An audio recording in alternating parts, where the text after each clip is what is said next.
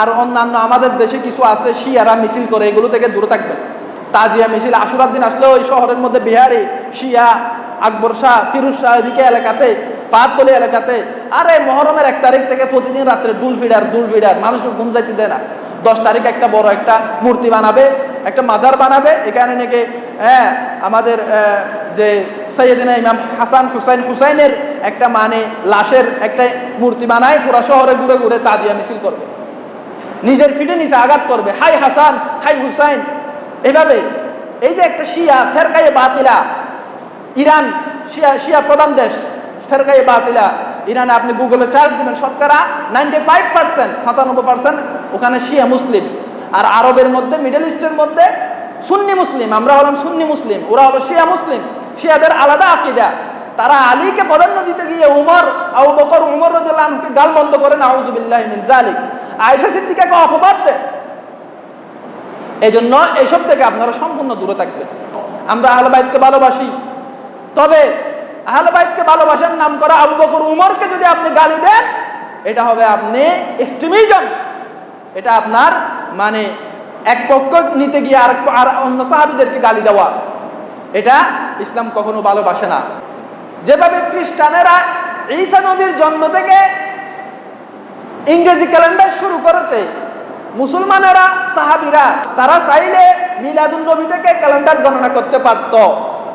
তারা মিলাদুন নবী থেকে গণনা করে নাই, তারা গণনা করেছে হিজরতুন নবী থেকে। নবী ইসলাম যখন হিজরত করেছে, এই দিনটাকে স্মরণ করে হিজরি ক্যালেন্ডার শুরু হয়েছে আজকে 1446 হিজরি। আজ থেকে 1446 বছর আগে রাসূল সাল্লাল্লাহু আলাইহি ওয়াসাল্লাম হিজরত করেছে।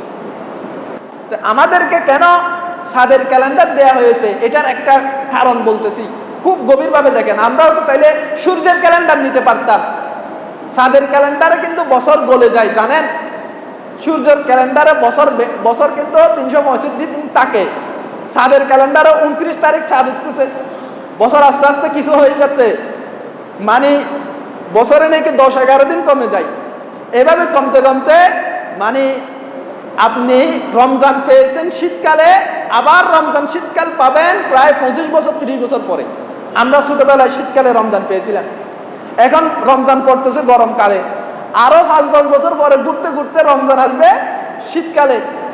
এই যে এই হিকমতটা হলো আমাদেরকে আরবি ক্যালেন্ডার দেওয়ার হিকমত, আমাদেরকে চাঁদের ক্যালেন্ডার দেওয়ার হিকমত। আল্লাহ চাচ্ছে আমার বান্দা প্রতি মৌসুমে কি করুক, আল্লাহর ইবাদত করুক। সুবহানাল্লাহ।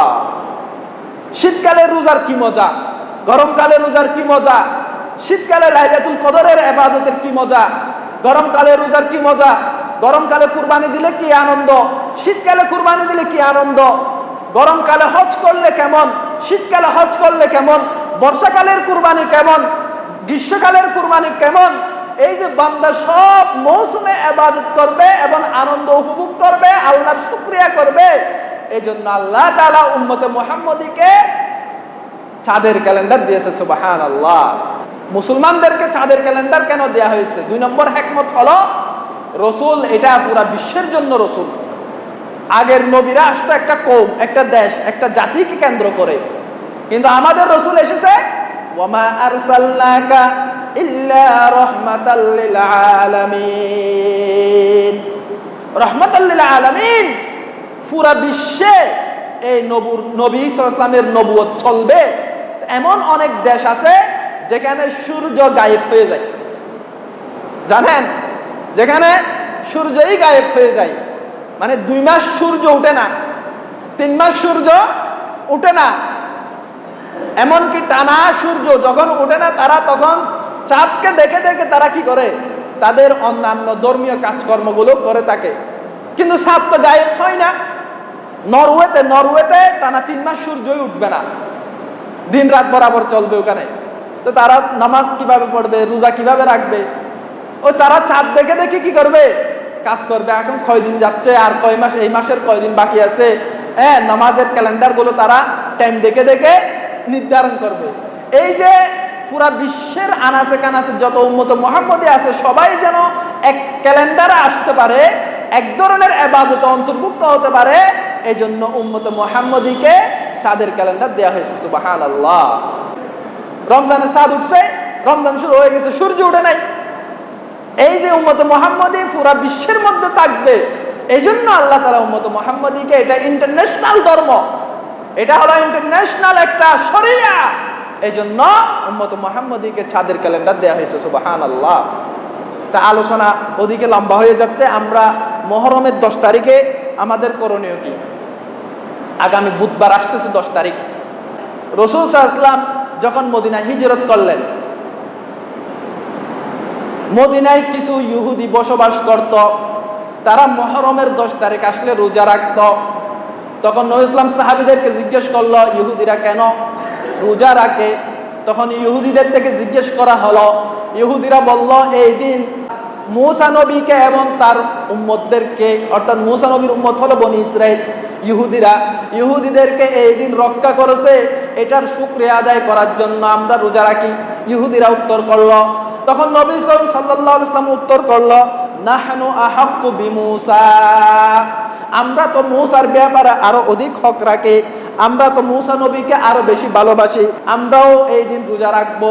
নবী করিম সাল্লাল্লাহু আলাইহি ওয়াসাল্লাম তখন মুহররমের 10 তারিখ আসলে রোজা রাখতেন এবং সাহাবীদেরকে বললেন, তবে একটি কথা খেয়াল রাখবে, ইহুদিরা একটা রোজা রাখে, আমরা 2টা রোজা রাখবো, হয়তো 9 তারিখও রোজা রাখবো অথবা 11 তারিখও রোজা রাখবো, 10 তারিখ রোজা রাখবো পাশাপাশি 9 তারিখ অথবা 10 তারিখ একটা রোজা বাড়িয়ে ইহুদিদের সাথে যেন আমাদের সামঞ্জস্য না হয়। ওয়া খালিফু আল ইয়াহুদ, নবী ইসলাম এইভাবে হাদিস দিলেন যে তোমরা ইহুদিদের মুখালফতি করো, ইহুদিরা একটা রোজা রাখে, তোমরা মুহররমের 10 তারিখ আসলে 2টা রোজা রাখো। আরো ইরশাদ ফরমাইলেন, সিয়ামু ইয়াউমি আশুরা ইন্নী আহতাসিবু আলাল্লাহি আন ইউকাফিরাস সানাতাল্লাতী ক্বাবলা, আশুরার দিনের রোজা আল্লাহর কাছে আমি আশা রাখি 1 বছরের জীবনের সগীরা গুনাহ এই রোজার উসিলায় আল্লাহ ক্ষমা করে দিবেন।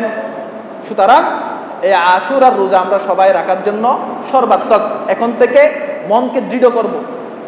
বুধবার রোজা, তাহলে বৃহস্পতিবার একটা রাখেন, বুধ বৃহস্পতি 2 দিন রাখলে বৃহস্পতিবারের রোজা রাখা সুন্নত। সোমবার বৃহস্পতিবার মদিনা শরীফের রোজা রাখে এখনো রাসূলের সুন্নাহ ছিল। এই সুন্নাহ হিসাবে বুধ বৃহস্পতি 2 দিন রোজা রাখেন। আরেকটা বর্তমান মৌসুম হিসাবে একটা আমি টেকনিক্যাল একটা উপায় দেখাচ্ছি রোজা কিভাবে রাখবেন। আমি অনেক সময় নিজেও এটা অ্যাপ্লাই করি। রাত একদম ছোট, এশার উপরে ঘুমাইতে 12টা বাজে গেছে, ওদিকে ফজর একদম মানে খুব দ্রুত, আপনি 1 ঘন্টা 2 ঘন্টা ঘুমাইলে রোজা রাখার জন্য উঠতে হবে। ঘুমের বাড়িতে অনেকে উঠতে পারে না, রাত ছোট। এই জন্য শীতকালে হলে ভালোভাবে পর্যাপ্ত ঘুমানোর পর এরপরে উঠা যায়, কিন্তু 2 ঘন্টা ঘুম দিয়ে 1 ঘন্টা ঘুম দিয়ে আবার উঠতে হচ্ছে রোজা রাখার জন্য। কি করবেন? এটা আমি নিজের জন্য করি, আপনারাও চাইলে করতে পারেন। আমরা করে কি, রোজা রাখার নিয়ত হলে এশারের বাদটা একটু দেরি করে পাই, রাতের বাদ যেটা আমরা খাই এটা যদি আমরা 10টা 11টায় খাই, এটাকে আর একটু ডিলে করেন, ওটাকে আপনি 12টা 1টার দিকে নিয়ে যান। 12টা 1টার দিকে নিয়ে যায়, ততক্ষণ কিছু ইবাদত করেন, বই পড়েন, নামাজ পড়েন।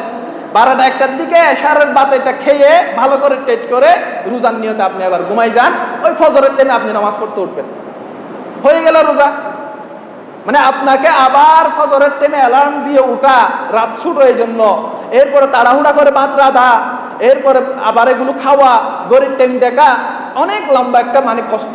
তা আমি যেটা করি ব্যক্তিগতভাবে, রোজা রাখার নিয়ত হলে এই যে জিলহজ মাসের 10 রোজার মধ্যে যেগুলো আমরা রোজা রাখতাম এইভাবেই রাখতাম, রাত্রে ভাতটা একটু ডিলে করে খাইতাম, 12টা 1টার দিকে ভাত খাইতাম, ঠেট করে টানি ঘুমাই যান, অ্যালার্ম দেন ফজরের নামাজের। ফজরের টাইমে উঠলেন, মাঝখানে আপনার 3-4 ঘন্টা ঘুম হয়ে গেল, ফজরের পরে আরেকটু করে ঘুমালেন, রোজাও হলো ঘুমও হলো।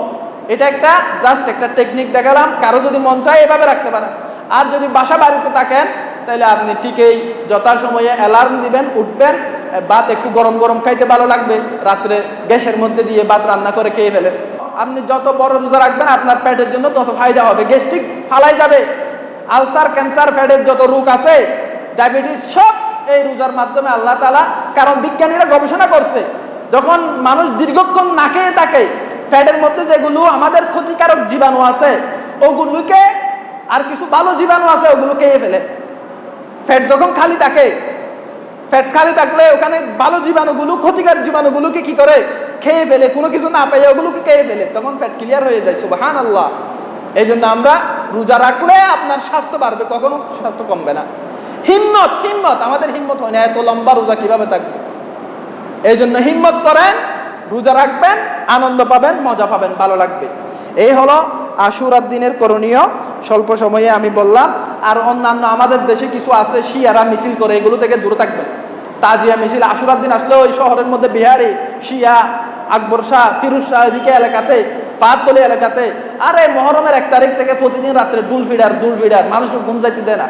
10 তারিখ একটা বড় একটা মূর্তি বানাবে, একটা মাজার বানাবে, এখানে নাকি আমাদের যে সৈয়দিনা ইমাম হাসান হুসাইনের একটা মানে লাশের একটা মূর্তি বানায়, পুরো শহরে ঘুরে ঘুরে তাজিয়া মিছিল করবে, নিজের পিঠে নিচে আঘাত করবে, হাই হাসান, হাই হুসাইন।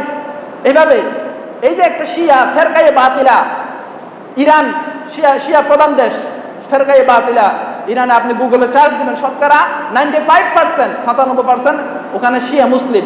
আর আরবের মধ্যে, মিডল ইস্টের মধ্যে সুন্নি মুসলিম, আমরা হলাম সুন্নি মুসলিম, ওরা হলো শিয়া মুসলিম। শিয়াদের আলাদা আকীদা। তারা আলীকে প্রাধান্য দিতে গিয়ে আবু বকর উমর রাদিয়াল্লাহু আনহুকে গালমন্দ করে, নাউযু বিল্লাহি মিন যালিক। আয়েশা সিদ্দিকাকে অপবাদ দেয়। এই জন্য এইসব থেকে আপনারা সম্পূর্ণ দূরে থাকবেন। আমরা আহলে বাইতকে ভালোবাসি, তবে আহলে বাইতকে ভালোবাসার নাম করা আবু বকর উমরকে যদি আপনি গালি দেন, এটা হবে আপনি এক্সট্রিমিজম। এটা আপনার মানে এক পক্ষ নিতে গিয়ে আর অন্য সাহাবীদেরকে গালি দেওয়া। এটা ইসলাম কখনো ভালোবাসে না।